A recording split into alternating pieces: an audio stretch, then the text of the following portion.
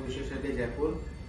आज हम एक बिल्कुल छोटी सी बात के बारे में बात करेंगे कि जो अपन हार्ट में जो मेटल के वॉल जो बदले जाते हैं, इनको बदलने के बाद दवाई लेना बहुत ज्यादा जरूरी होता है।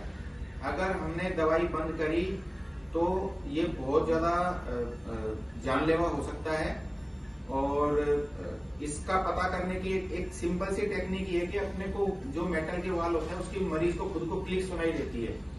जैसे घड़ी की टिक टिक सुनाई देती है रात के साइलेंस में, ऐसे जब मरीज रात को सोता है तो मरीज को खुद को उसकी टिक टिक आवाज सुनाई देती थी आवाज। जब वाल बंद होने लगता है, जब वाल के पल्ले खुलना धीरे धीरे कम हो जाते हैं, तो मरीज को खुद को पता चलने लग जाता है कि अब वो टिक टिक आनी कम हो गई है। तो उससे हम बिना ब्लड की जांच कराए ये पता कर सकते हैं कि हमारे वाल में ब्लॉकेज आने वाला है।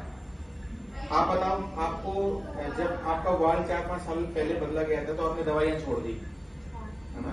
आपको वाल की आवाज सुनती थी पहले, फिर जब आप मेरे पास आए तब फिर हमने दवाई लगाई, अब सुनाई दे रही है।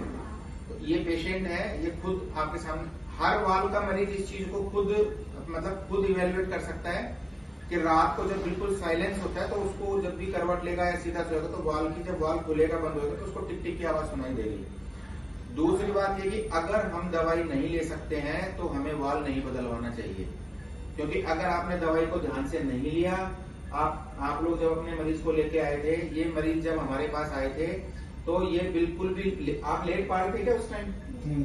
ये मरीज बिल्कुल भी लेट नहीं पा रहा था।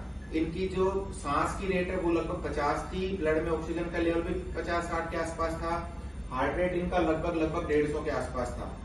तो ये जानलेवा बीमारी है, इसका इलाज भी उतना ही जानलेवा है। इसमें जो हम खून पतला करने का इंजेक्शन लगाते हैं, कई वो इतना स्ट्रांग होता है कि 100 में से 1-2 लोगों में उसमें ब्रेन हेमरेज हो जाता है, दिमाग की नस फट जाती है, पैरालिसिस हो जाता है। तो इसलिए अपन वाल का ऑपरेशन तभी कराएं जब मरीज को खुद समझ में आ जाए कि इसमें दवाई लेना कितना इंपॉर्टेंट है। कृपया ध्यान रखें। धन्यवाद।